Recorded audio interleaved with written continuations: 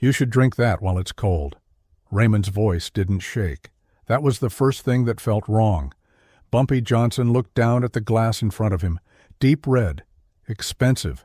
Chateau Margaux, 1937, Ray Ray's favorite. The same wine Bumpy had introduced him to years earlier, back when they were running numbers together, back when they were brothers, back when loyalty was the only currency that mattered. Now that same wine was meant to kill him. The back room of Small's Paradise was packed. Too packed. 20 men crowded around a table built for half that number. Numbers bankers, runners, a crooked police sergeant, and 3 Italian-made men who hadn't come to Harlem for conversation. Cigarette smoke hung low in the air, mixing with cigar ash and expensive cologne. Jazz from the main room leaked through the walls, slow and distant, like a heartbeat. Everyone was watching. The Italians were smiling. Bumpy Johnson, the most dangerous man in Harlem, did the last thing anyone expected. He laughed, not loud, not forced. A real laugh, easy, almost warm, the kind that made people hesitate, even when they thought they had already won. October 12, 1945. Small's Paradise wasn't just another club. It was where power lived, where territory was divided, where futures were decided quietly, behind closed doors. Duke Ellington had played there. Billie Holiday had sung there. And tonight the room carried the unmistakable weight of finality. Someone had already decided this meeting would end in death. Bumpy felt it the moment he walked in. The smiles were too eager. The handshakes lasted a second too long. Ray Ray had been too quick with the wine, too insistent that Bumpy take the seat at the head of the table, too eager to pour, too eager to toast. And the Italians weren't even hiding it. In the corner, Sal Benedetto sat cleaning his fingernails with a knife, slow and deliberate, making sure Bumpy saw it. This was supposed to be a peace meeting, a discussion about business, about expanding certain operations into Harlem. Bumpy had already said no, so they bought themselves a shortcut. They bought a traitor. Raymond Ray Ray Coleman wasn't just an associate. He was family, Bumpy's oldest friend, his most trusted lieutenant. The man who had taken a knife meant for Bumpy years earlier. The man Bumpy had pulled out of poverty. The man whose sister Bumpy had protected when no one else would. And for $30,000, Ray Ray had agreed to poison his glass. The toast was Ray Ray's idea. He stood up, glass raised, smiling wide enough to hide the fear creeping behind his eyes. He spoke about new partnerships, about prosperity, about the future of Harlem. The Italians raised their glasses too, enjoying the performance. They loved this part, the moment before a man realized he was already dead. Bumpy's glass stayed on the table. Ray Ray noticed. His smile flickered, just for a second. "You not drinking, Bump?" he asked, trying to sound casual, trying to sound like the past. Bumpy looked at him, really looked at him. He saw the sweat at Ray Ray's lip that had nothing to do with heat. The way his eyes kept drifting to the Italian in the corner, the slight tremble in his hand. "I'm savoring the moment," Bumpy said quietly. The room went silent, not sudden, not sharp. The slow, heavy silence that comes when everyone senses something is about to break, but no one knows which direction it'll fall. Ray Ray laughed, but it sounded hollow. "It's just wine, brother." "Brother," Bumpy repeated, letting the word hang in the air like smoke. Then he picked up the glass, held it up to the light. The red liquid glowed dark and rich, almost black. "This is good wine," Bumpy said calmly. "Funny thing about bottles like this, they survive wars because someone protects them. Someone keeps them safe from people who want to take what doesn't belong to them." He set the glass back down, untouched. And in that moment, everyone in the room understood something had gone wrong. Ray Ray had been with Bumpy since the beginning, before the money, before the suits, before Harlem whispered Bumpy's name instead of shouting it. They ran numbers together when it meant dodging police and collecting nickels from storefronts. They slept in cheap rooms, ate cheap food, and trusted each other with their lives because there was no one else to trust. Ray knew everything: where Bumpy kept his cash, which churches his family attended, which nights he walked alone, which habits never changed. That kind of knowledge didn't come from business. It came from brotherhood. That's why the Italians chose him. They had tried pressure. They had tried offers. They had tried intimidation. Bumpy refused all of it. Harlem was not open for expansion, and it never would be. So the Italians did what they always did when force failed. They paid for access, $30,000, enough to erase debts, enough to buy safety, enough to make a man believe betrayal could be survived. Ray told himself it wasn't personal, that Bumpy was too strong to fall, that the poison might never be used, that maybe the deal would scare him into compromise. Men tell themselves many things when they're about to cross a line they can't uncross. The meeting was framed as peace, a sit-down, a chance to talk business. The Italians played polite, compliments, smiles, promises of profit. But underneath it all sat the truth. This wasn't negotiation. It was cleanup. Bumpy watched everything. The way Ray poured the wine before anyone asked. The way he insisted Bumpy take the head of the table. The way the Italians leaned back in their chairs, relaxed, confident. Men don't act like that unless they believe the outcome is already decided. And Bumpy had known for weeks. Not because someone told him directly, because Harlem talked. Because people noticed meetings that didn't make sense. Because money changes behavior. Because Ray started moving differently, talking faster, listening less.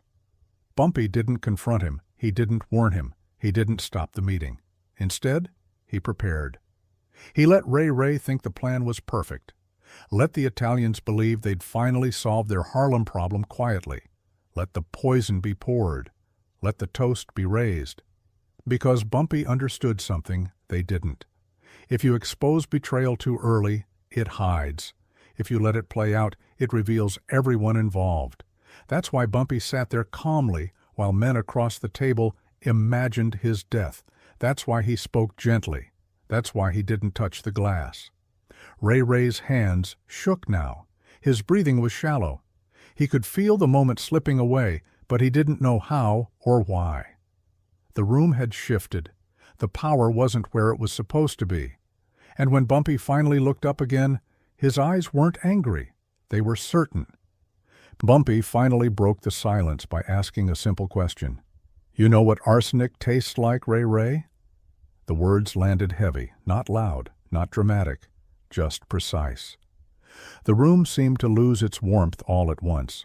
Ray's face drained of color so fast, it looked like the blood had been pulled straight out of him.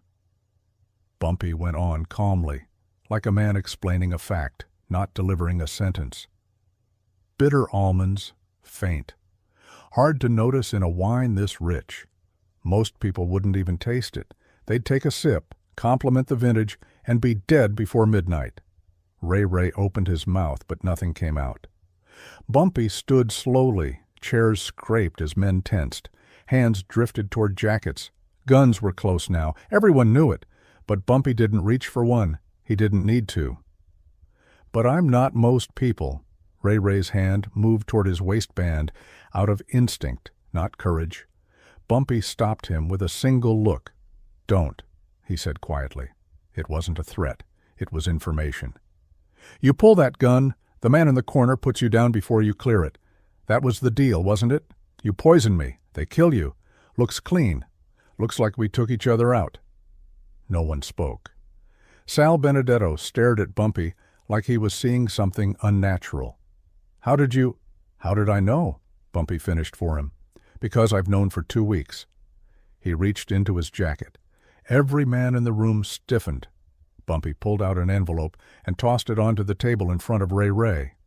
"Open it!" Ray's hands shook as he did. Inside were photographs. Him sitting across from the Italians, him counting stacks of cash, him smiling in places he shouldn't have been. Another photo slid across the table. Ray's mother in a new fur coat. Bumpy's voice stayed even. $30,000 buys a lot of courage, even from a brother, Ray whispered. Bump, I didn't—" "I know," Bumpy said. "That's the worst part." He picked up the wine glass. "I switched them."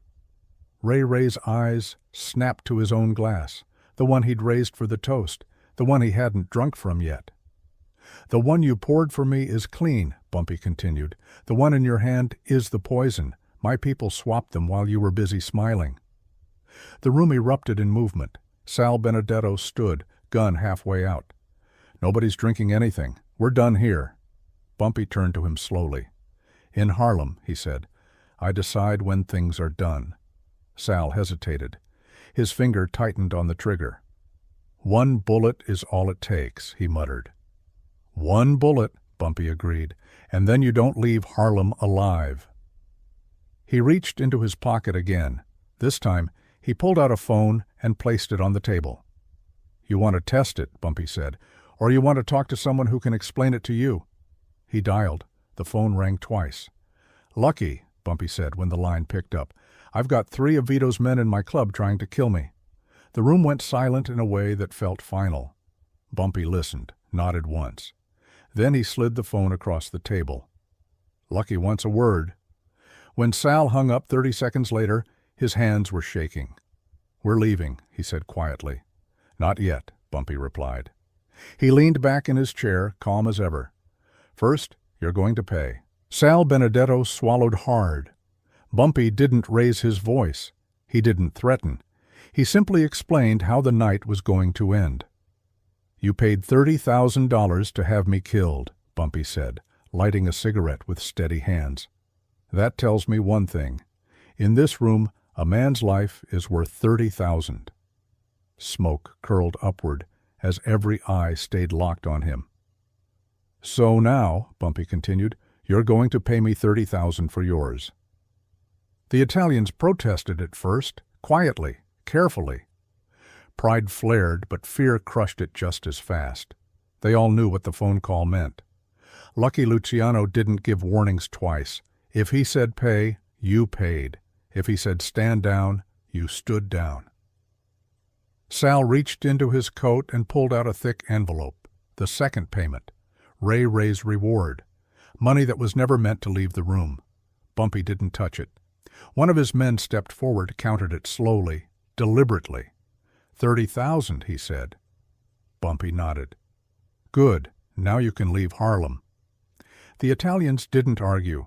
They holstered their guns, avoided Ray Ray's eyes, and walked out without another word. The door closed behind them, and for the first time that night, the room felt empty. Ray Ray was alone. He was shaking now, crying quietly. He looked at Bumpy the way a drowning man looks at the shore, close enough to see, too far to reach. "Bump, please," he whispered. "I didn't think—" "I know," Bumpy said softly. "That's why this hurts." He slid the wineglass across the table. "Drink." Ray Ray's hands trembled so badly the glass rattled against the wood. Every man in the room watched. Nobody spoke. Nobody moved. There was no escape left. No gun to grab. No deal to make. Ray Ray lifted the glass. He drank. It didn't happen right away. Poison rarely does. First came the sweat, then the tremor. Then his hands clawed at his throat as his eyes went wide with terror. The glass slipped from his fingers and shattered on the floor. Bumpy didn't flinch. He watched as Ray Ray collapsed forward onto the table, photographs scattering like fallen cards, watched as the man who had been his brother choked on the same betrayal he'd sold for cash. 7 minutes later, it was over. Bumpy stood, straightened his tie, took one last look at Ray Ray's body. "A man's life costs $30,000, he said quietly. "Make sure everybody knows." He walked out of Small's Paradise that night alive, untouched, and $30,000 richer. The Italians never tried to move heroin into Harlem again. Lucky Luciano called the next morning with a single word: respect. What happened in that back room became legend, not because Bumpy killed a traitor, men did that every day, but because he turned an assassination into a business transaction.